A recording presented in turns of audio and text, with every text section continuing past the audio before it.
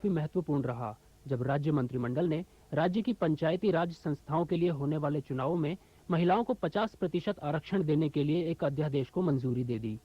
मुख्यमंत्री नीतीश कुमार ने कहा कि इस आरक्षण का निर्धारण पिछड़े वर्ग की महिलाओं के जनसंख्या प्रतिशत को ध्यान में रखकर किया जाएगा।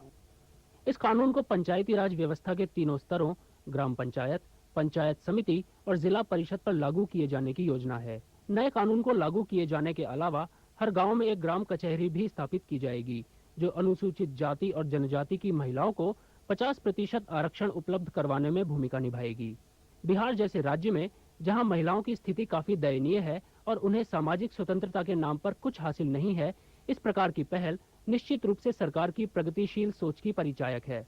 इस कानून के अमल में आने से न केवल प्रशासन में महिलाओं की भागीदारी बढ़ेगी, बल्कि राज्य के चहुमुखी विकास में भी वो महत्वपूर्ण भूमिका निभा पाएंगी। बिहार के इस आरक्षण पर बात करने के लिए हमारे साथ स्टूडियो में मौजूद हैं जानी मानी सामाजिक कार्यकर्ता डॉक्टर रंजना कुमारी। स्वागत है रंजना जी आपका। बिहार सरकार ने पंचायतों में महिलाओं के लिए जो 50% आरक्षण किया, सबसे पहले तो आपकी प्रारंभिक टिप्पणी।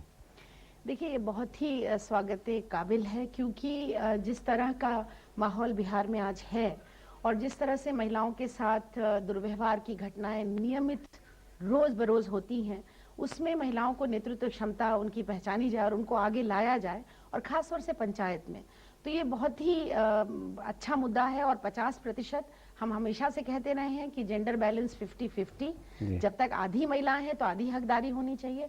तो अगर ये दे रहे हैं तो बहुत अच्छी बात है, लेकिन साथ साथ में मैं कुछ और भी इसके साथ ये जोड़ना चाहती हूँ कि सिर्फ आरक्षण दे देने से और महिलाओं को उनको जिता के लाने से ही काम सरकार का पूरा नहीं हो जाता है, क्योंकि अक्सर ये देखा जाता है कि जो औरतें, और खासतौर से बिहार के माहौल में, उनको कितना आगे आने दिया जाएगा, उनके काम करने की जो अपनी ट्रेनिंग है, उनकी जो जानकारी का दायरा है, वो कितना उसको इस्तेमाल कर पाएंगी, और माहौल कैसे बनाया जाए ताकि महिलाएं जब जीत के आए तो वहां पर वो सक्षम होकर के काम कर। और अभी तो आरक्षण का भी मामला पूरा नहीं हुआ है, संसद और विधानसभाओं की भी बात, अभी लड़ाई जारी है आपकी। इस पर हम बात जारी रखेंगे, बहस जारी रखेंगे, लेकिन फिलहाल डालते हैं एक नजर उन खबरों पर।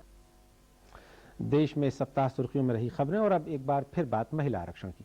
रंजना जी, पंचायतों में महिलाओं के लिए आरक्षण लगभग 2 दशक का समय होने जा रहा है, लेकिन जो आप लड़ाई लड़ रही हैं संसद और विधानसभाओं में महिला आरक्षण की, उसका अभी तक कोई ठौर नहीं लग पा रहा है कि कब तक ये जाकर के होगा, क्या कहेंगे आप?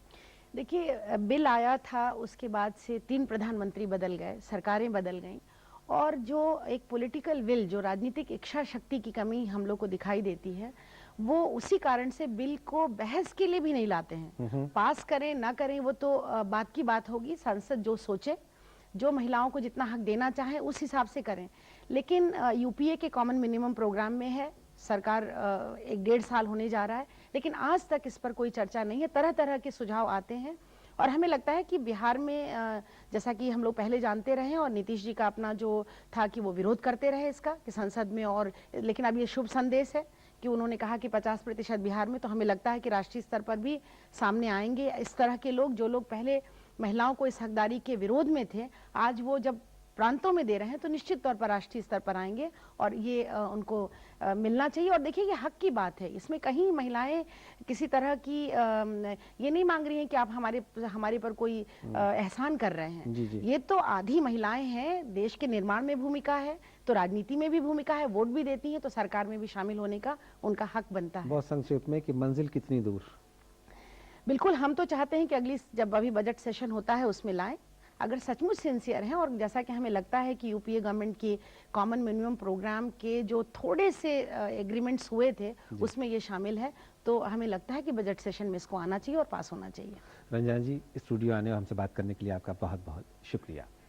जायजा में सप्ताह भर की खबरों का सिलसिला जारी रहेगा और बात करेंगे भारतीय फुटबॉल और इस सप्ताह की शख्सियत राहुल द्रविड़ की, लेकिन फिलहाल समय है एक छोटे से ब्रेक का। आप देख रहे हैं डीडी न्यूज।